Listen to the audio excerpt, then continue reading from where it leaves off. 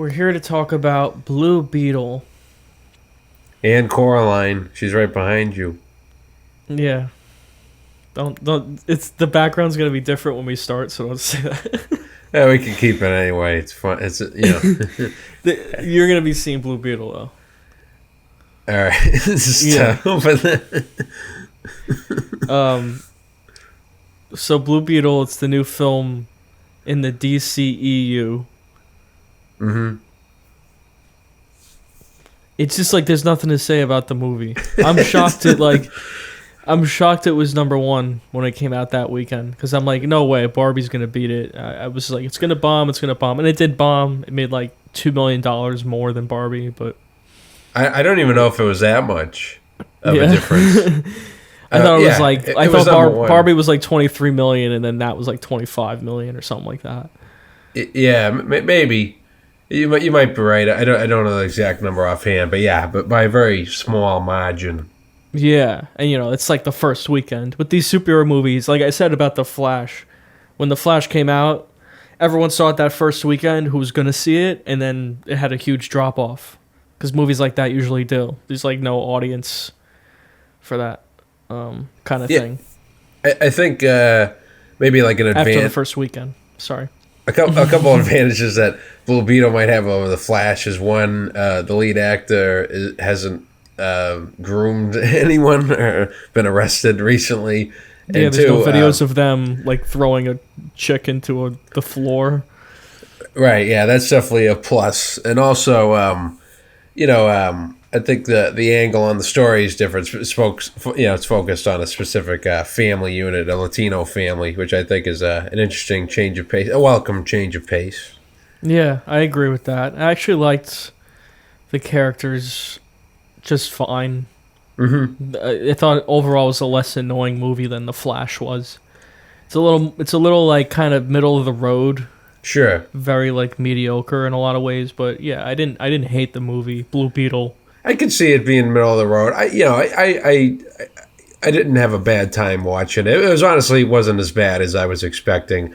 It probably doesn't help that, like you said, it's the latest entry in the DCEU. Like, it's the third of those this year, and there's going to be a fourth with Aquaman 2. So it's kind of like overkill, maybe a little bit. And by and large, their movies haven't. I don't think they've had a hit since the first Shazam, which is several years ago now. They've had they've been throwing up bricks. I mean, we liked the Suicide Squad, the James Gunn one, but that didn't do that well. I'm just saying, like it just feels like they've had like a string of bombs for a little bit now. I don't know if this is going to end up being a bomb. Like I think it underperformed a little bit. I mean, I think this is only like the third week it's been out, or something, second or third week. Well, yeah, like as of this weekend. Yeah, I don't know. Yeah, there's not a ton to say. It's not like, oh, this fucking like it doesn't. When we talked about The Flash, and I'm wearing the same shirt, so it's a theme. The DC. It doesn't quite fall apart like The Flash did in the third act, because that movie always had like the weird, like uncanny valley stuff with the cat. This isn't quite like that. I think with Blue Beetle, the climax drags a little bit. I was kind of ready for it to wrap up a little sooner than it did. I can't think of too many like major like issues I had with the film. Does anything spring to mind for you? It's just mostly like not anything it does particularly that's egregious. It's more just like middle of the road the whole time. It doesn't really like pop or stand out at all. Sure. It's funny what you said about your shirt. You're like, Ralph, should I change my shirt before we record? It's the same shirt I wore in The Flash. I'm like, Cam, no one gives a shit. You'd be surprised. Well, people actually do. Like I told you when I recorded my videos in P-Row, your bed was in the background. People would always leave comments like, Ralph, make your bed. But it wasn't my bed. That was your bed the whole time. Yeah, for those, So we got you. This is the culprit. All those years I was getting those comments. Yeah, It's Ralph Cam's fault. he'd record his reviews in our dorm room, and I like didn't think to like make my bed. I probably didn't. I probably wouldn't have cared. If you Your told me. comforter that was 15 years old. Oh, it was Whatever. older. It was older than that. That thing was fucking ancient. That's like from the '90s. I think we threw it out. It was pretty ratty. If you like, people could go back. Yeah, and look. it looked ratty. Yeah. It was covered with flowers. It's covered. It was like floral. Yeah, looked Yeah. like a grandmother's couch. Yeah. Anyway, Went off the rails. There is a grandmother character in Blue Beetle. yeah, right. They show her in the trailer with the machine gun. Like, no. It wasn't funny, but the movie wasn't very funny. I mean, do you even remember that? Oh my God, why am I blanking on her name? I was gonna say Sigourney Weaver. It's not Sigourney. Oh, Weaver. Susan Sarandon. Yes, is the it's villain. Susan Sarandon. Like that character was like whatever. Yeah, she was fine. I Villain know of the week. it's at least the second movie where Susan Sarandon has played the villain because she was also the bad guy in Rugrats in Paris, the movie. I don't know if people remember that one. I remember that. Yeah, I know for the cast, I got like a couple chuckles out of George Lopez here and there, I think. Let me just look up the one who played the mother. I know she's also in Predator, like the original Predator. Yeah. Did you ever watch the George Lopez show? Here and there, not that much. I didn't like I didn't avoid it. I watched a lot of it.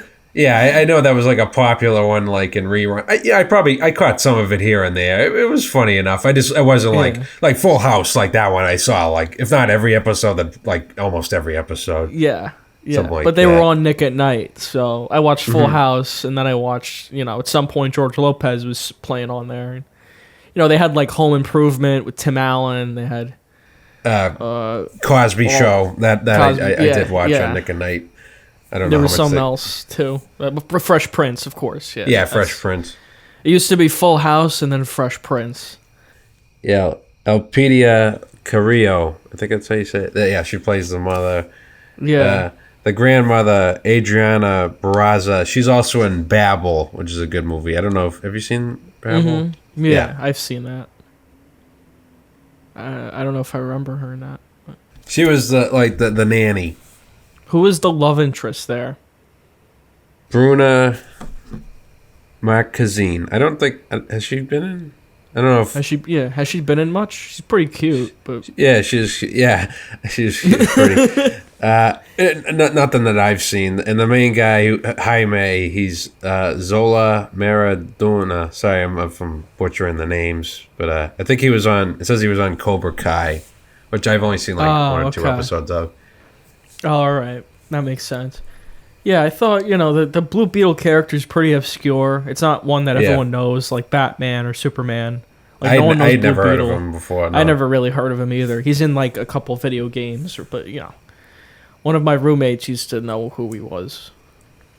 But no. Now they don't know who they used to know, but not. Yeah, they died. They forgot. They died. They fell off a bridge and died. Yeah.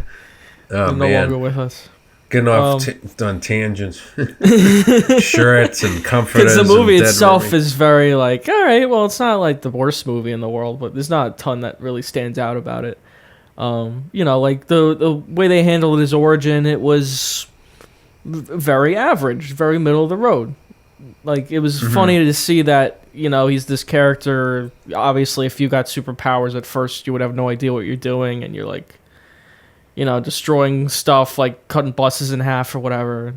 And that's always cute, but, it's not any, they don't really do much with it. At the end of the day, it's very like, it's kind of like a standard superhero origin story. I don't think James Gunn was involved much in this. I'm not sure. I guess I think this is before James Gunn signed on that. I think James Gunn's first movie is like the Superman movie. Yeah, where he's like in charge involved of like the universe. Yeah, right. Because obviously he directed Suicide Squad, the Suicide Squad. Yeah, it's him and Peter Safran. They're running the show now at DC. Yeah, which I have faith in them, but at the same time, we haven't seen anything that they've made, so I'm just I have a eye on it. for sure. But you know, this one, it's like, yeah, I didn't really care for it much. And not that it's a bad movie or unwatchable. I thought it was probably better than The Flash and it's definitely better than Black Adam. Yeah. Black Adam More was entertaining. just awful. Yeah. I like The Flash better than Black Adam. Yeah. I'm trying. Yeah, I was trying. Yeah, it's definitely not awful. Like, you know, we covered those Fantastic Four movies. Those are fucking crapola. Like, this is better. This is definitely better than that. Like, if Blue Beetle's like something you're interested in, like, you can go watch it. I'm not like, it's not like, no, don't bother. Like, yeah, you'd probably like it fine. I was just trying to think like where it ranks in the DCEU. What are there, like 14, 15 movies at this point? Something like that. It's definitely not at the. It's probably in the upper half, I would say. It's not. Batman v Superman. Is that even much of a compliment? Well, I was just. I can't think of like too many of those movies I love. Some of them like I don't think are bad. Like I don't think the first Wonder Woman's a bad movie. Or like it's not a very good movie in my opinion. I'm just saying. Like I don't think it's certainly not terrible. Yeah, it's better than 84 for sure. Yeah, that movie sucks bananas. I'm trying to think what else would be like in the upper half. Dubs 84. Dubs 84. Dubs 84. That's a funny way of calling. I like that. That's the nickname the fans give it, or like that's what the fans would get if really? there were fans. No, I don't know. I mean, who likes that? For me, that's the first time I've heard that, so I'm trademarking that. Dubs 84 is the nickname for Wonder Woman 84. When they add that to Criterion Collection, you could write the essay on it, like Wonder Woman 84 or Dubs 84, as I like to call it. Yeah, I don't know. Blue Beetle. I like the main actor. He was fine. Yeah, like none of the characters like were particularly annoying or anything. They were likable enough. He has a sister too. Yeah, I don't know about the sister and George Lopez. They got to be a little bit too much at times. But yeah, the mom and the dad character were fine, and the main guy I thought was fine. I like the love interest, and it wasn't a great movie, but no, but not a. Yeah, it's kind of like middle. Yeah, there's not enough. It's not perfectly watchable. Yeah, exactly. We're not like singing praises from the rooftops, but it's not, awful either. It's not like, what the fuck did I just? Yeah, you didn't open with a tirade like you did with the new Haunted Mansion movie. Yeah, that's true. Sucks and I hate it. It was definitely better than that. Yeah, it wasn't nearly as boring. Mm-hmm. It also like it doesn't feel totally soulless. There's enough, it felt like there was some like passion to it. It wasn't this like that quantum. It's better than like whatever Quantumania. Like that one was kind of lame. Yeah, that was crappy. Yeah, because it's kind of like exactly middle of the road for superhero movies this year. Because there've been some really good ones like Guardians 3 and Spider-Verse 2, and what else was there? We mentioned The Flash, Shazam 2, which wasn't terrible either, but kind of forgettable. I honestly probably preferred this to Shazam 2. Yeah, I think I would also. Yeah, that one's fading. I thought it was fine when I saw it, but it's fading on me a bit. Yeah, same here. I'm not in love with it, but I also I don't know. It's just kind of whatever movie. It's in the upper half of the DCEU by default. Yeah, just by default, right. Again, that's not a glowing praise of it for me. It's better than Suicide Squad. Unless, who knows, maybe the Aya cut will be released, then it'll bump Blue Beetle out of the top half. I mean, I have no desire to see an Aya cut. I don't know about you. They keep talking about it. Yeah, I have no interest in that either, right? It's just so dumb. Yeah, there's no cut of that movie that's good. It's dead on. It's like you fucking burnt a steak, and then like you want to try to you can't unring that the movie's bell. Ruined. Yeah, it's already bad, and it's been so long too. Like, who even gives a shit at this point? Right. That was even Yeah. before we moved into our dorm room and I didn't make my bed for your videos. Yeah, exactly. Yeah. So Blue Beetle, I give it. If we want to get into ratings, this just Yeah, yeah. go ahead. You go. This You can screams. This start. screams like 2.5 out of 5 for me. Yeah, I'd probably go either that or either a 5 or a 6, like high 5, low 6. That's what I'm leaning towards. Yeah, out of 10. Yeah. Yeah, I wasn't miserable watching it by any means, but yeah, not amazing either, like you said. Yeah, that's about what I'd give it. The sound All was a right. little off in my theater. I mentioned that, and there was some geek sitting next to me, like during the climax. He was like, "Oh, come on," he kept like making comments. So I just like stood up and watched the end from the back. Yeah, the climax went on a little too long. Sure, yeah, and it is a lot of CGI. Yeah.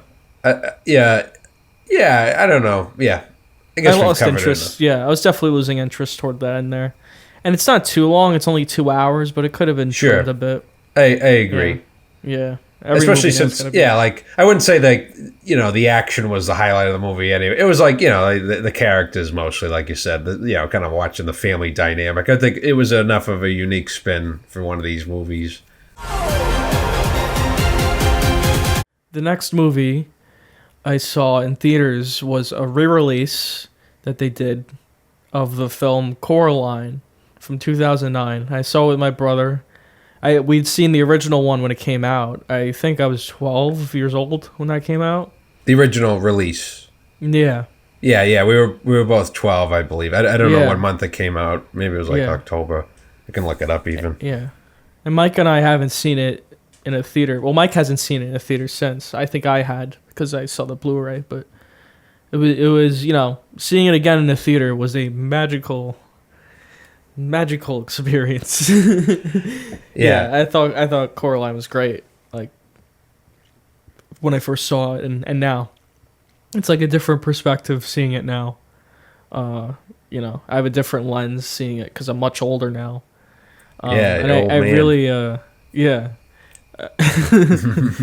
I really appreciate, like when I first saw it, obviously it's very engrossing and good story, characters and whatever, but this time I really was focused on like the animation and the craft of it and like just how like immaculate it is in that respect and how like Leica's groundbreaking with these stop motion movies and how well done they are and how hard stop motion is, like because I've dabbled in stop motion with like short movies I never finished and whatever, and it's because I love stop motion. I always we praise the Wallace and Gromit movies. Yeah, Chicken Yeah. Run. Yeah, and this movie it's like you see the behind the scenes and every single second of the movie, every 24 frames there's someone there moving the little Coraline doll to like their arm a little bit each frame so that it looks like one continuous motion, and when you do that you get it creates this effect that it's motion and it looks beautiful, and like every time Coraline makes an expression they're changing her face. There's like 1,000 different Coraline faces, each with a different expression, a different mouth, and even her hair moves, and there's like so many great set pieces in the movie, like when they go to the garden and there's all like the flowers like growing, and toward the end of the movie when the mom is chasing her and there's like the spider web and she falls into it, it's like this amazing like almost parallax kind of perspective shot with like the web falling into like an empty void. And yeah, this is your first time watching it, right? Yeah, I had never seen it before. We were 11 when it came out. I looked at February 2009. Yeah, for whatever reason, I didn't see it at the time. I don't know why. This flew under my. I knew. I knew it was out. I don't know. Middle school was a strange time. It was a strange time. Yeah, I guess. Yeah. That was a pretty strong year for animated movies, period, because there was also Up and Fantastic Mr. Fox and Ponyo, some good ones. And yeah, I enjoyed, and also I can note, because this was my first time seeing it, on Letterboxd, it's like the most popular movie in my watch list. The one I hadn't seen before yet. And yeah, I liked it. I don't know if I like absolutely loved it because I know like there's a lot of praise heaped on it. I definitely enjoyed it. This is also the first like Leica movie I've seen because I've never seen Paranorman. I haven't seen what is something like Kubo. Yeah, I think this is their best. It's Henry Selick, right? Yeah, He also directed Nightmare Before Christmas and what Tim Burton movie? Which Tim Burton? Yeah. It's not a Tim Burton movie. Tim Burton. Tim Burton produced it. Yeah, he produced. That's a common misconception. He also Henry Selick also directed James and the Giant Peach, which was one I watched as a kid a lot. Doug did a review of that one. The comedic genius, Doug. I know you're a fan. Yeah. And Nightmare Before Christmas, I get why people would confuse it with Tim Burton too, because the tone of it, it's very like Tim Burton like atmosphere in that movie. And Coraline kind of has that going too, but it's much more scary. It's very sinister. Much more to the horror. Yeah. Because which makes it very unique, because again, like you mentioned Haunted Mansion in this review, and that's a movie that fails at everything that this movie succeeds at doing, because it is scary, it is kind of intense, but at the same time, it's great for like kids. It's like like I loved it as a kid. I'm like, oh, this is spooky. This is great. It's very memorable. Very engaging. To like a young person watching it. It's very sinister and gloomy. Yeah, I think. Yeah, compared to like Nightmare Before Christmas, like that also has like an edge to it, but it's a little more like jovial because they're singing and but yeah, this is like kind of very like macabre. Like, because Coraline, she's, she moves to a new house and then she finds like this passageway that leads to like an alternate world. Yeah. Where like she has an alternate mom. Yeah, an alternate dad, and they have buttons her for neighbors eyes. Are cooler. Yeah. They all have buttons for eyes. So in this world, like they smother Coraline with attention, because in her real life, her parents are always busy with work and can't give her the time of day because they're too busy. They got other stuff going on. So they give her attention, but then at some point they're like, oh, Coraline, to stay in this world, you got to sew, buttons into your eyes. And that's when the movie kind of flips and becomes more of a horror movie. And there's like all this other stuff going on from there. But yeah, if you haven't seen the movie, I won't give it away. You've had 14 years to watch it, but that's fine. You should definitely watch it. It's good. Yeah. What are you doing? No, I'm just kidding. Like, obviously, I've waited 14 years too. Yeah.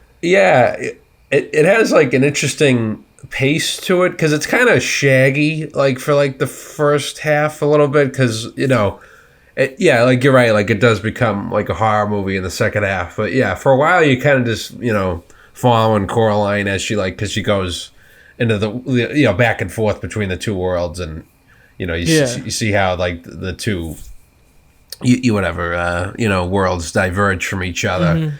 And like the Ian McShane plays the neighbor. He's like a what would you call, like an acrobat, like a certain, that like was Ian McShane. McShane. He's good, and I like Dakota Fanning's great as Coraline. I think she fits the role pretty well, and Terry Hatch is the mother. And it's funny because I really didn't know. I knew of Coraline. I didn't really know much about the story. I just knew whatever she had a cat with her, and the mother had buttons for eyes, and it's cool to see the story unfold. And like you said, the visuals are very impressive. I definitely have a fondness for stop motion. I know it takes a ton of work, and Parks and Rec has a great gag, and one of the episodes, because what's it? Ben, Adam Scott's character, he's depressed, so he tries dabbling with stop motion, and the short he makes is like seconds long. He spends he's like, I worked 2 weeks on this, and then he plays it's like a second long. You can look up the scene. It's very funny. It's like stop nothing motion's happens.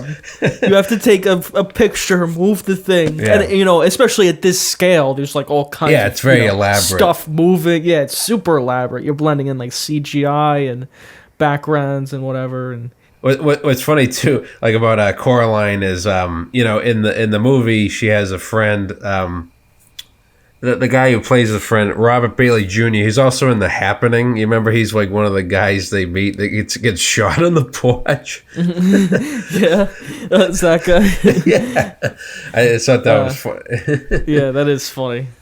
Yeah, that was such a random scene, like random bit of violence in that movie. Oh my god. Yeah, what a classic. I guess you prefer Coraline to The Happening. I don't know. It's a tough one. And yeah, Keith David plays the cat that talks. Got a black cat. My family's got a black cat too, Molly. He was yeah, she's a girl. She also helps me when I travel into another world. Molly looks just like that cat.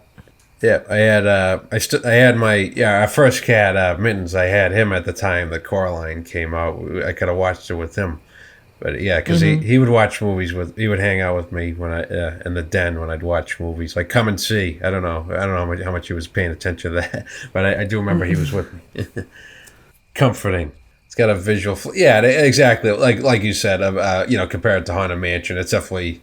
More what I was thinking of in terms of like a scary movie that's accessible to kids. Because Haunted Mansion, like it kind of falters on both those fronts with the horror element and the comedy aspects. So what would you rate Coraline upon seeing it for the first time? I was debating maybe like either a 7 or an 8. Like I said, like I definitely liked it. I know people like really love it. It's definitely one I'd probably revisit. But yeah, I'd go either 7 or an 8 for now. Yeah, I just love the story. I love the animation. It's very like captivating for children because it's so spooky and creepy and they're likable characters. It flew by. Like the pacing of it's great too. To me, it's just like a perfect little movie. I'd give it a 9 out of 10. Yeah, wow, it's very high. That's a rarity for like at least like for the videos we've done recently. We haven't given a lot of 9s in a while. Yeah, well, you two Mama Tambien and oh yeah, that's true. Yeah, and Bobby. Yeah, I was like Oppenheimer. Yeah, I was focusing on Oppenheimer. Yeah, I was focusing on the. Yeah, I don't think we gave Transformers: Rise of Beasts a 9. I really like that Invasion of the Body Snatchers. I'd probably give that. Oh yeah, you did that one. Solo. Yeah, that's a good movie. Yeah, I like it too. Yeah.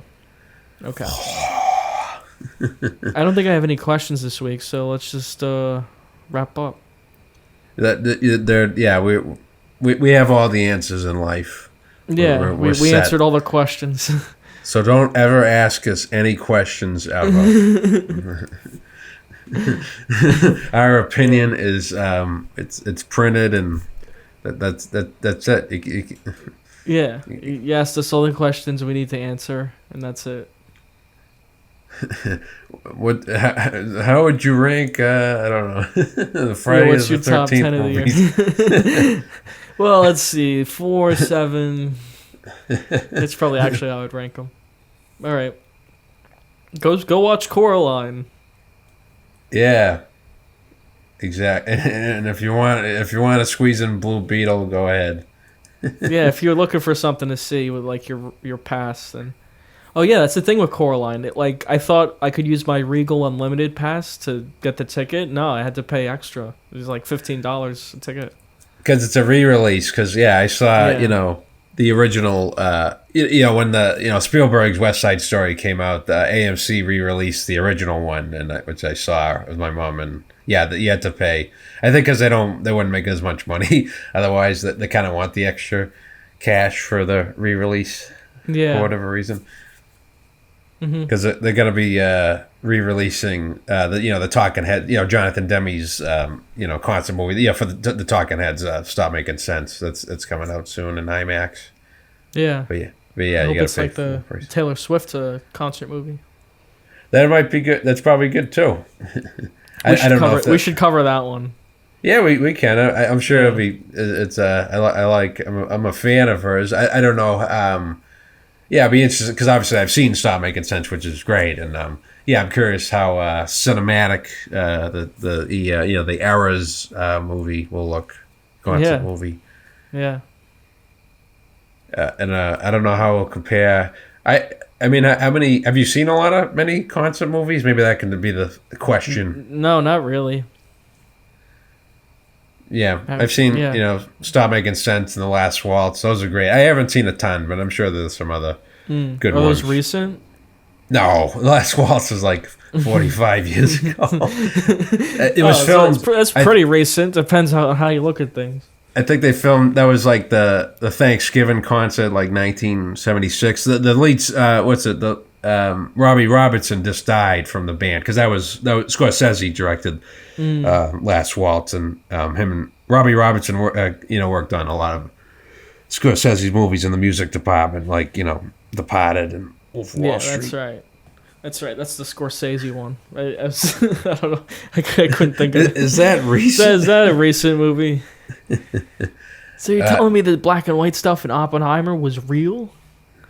Exactly. So we give you some more recommendations. The Last Waltz, Stop Making Sense. If you're into, it's great music and cool visuals to go along with those. And yeah. Well, Cam can give you some good recommendations. Yeah, I could just be a fucking idiot. You're so uncultured, Ralph. Have you ever stop focusing on the Steven Seagal stuff? I love that stuff though. Right, yeah, that's your bread and butter. Yeah. All right.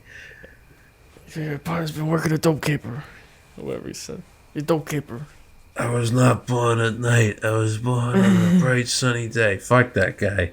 Yeah. He deserves to be roasted, so that's your job. Yeah, exactly. Show horrible clips of him saying terrible lines. The night is our friend, remember? Yeah. All right. But I thought he didn't like he liked not being born at night, but it's his friend. Yeah. Now the night is his friend in one line. He's like, the night is our friend. It's our buddy. I would think he'd prefer the night because it's harder to tell how ugly he is when it's dark out. You can't see how fat he is. Yeah. So yeah, check out Blue Beetle. But Coraline's a priority. It's on Max right now. Yeah, you can just watch it or see the re-release. It might still be in theaters by the time this is out. Maybe. I don't know. I'm not gonna look it up because I don't give a shit. Oh my god, you're insulting the fans now. It's gonna get. If only you could. You make fun of me, Ralph. Yeah, I've given you years, and you did not even treat me with respect. I met Ralph in public once, and he was so mean to me. He smoked in my face and blew the smoke in my face. That is what Ralph did to me when I met him in public. And I hate Ralph ever since. And I'm going to leave a Reddit post saying this. Why did you do that, Ralph? I know. Hey, how could I do such a thing? Listen, aggrieved fan. I was there, and I can tell you, you deserved to be.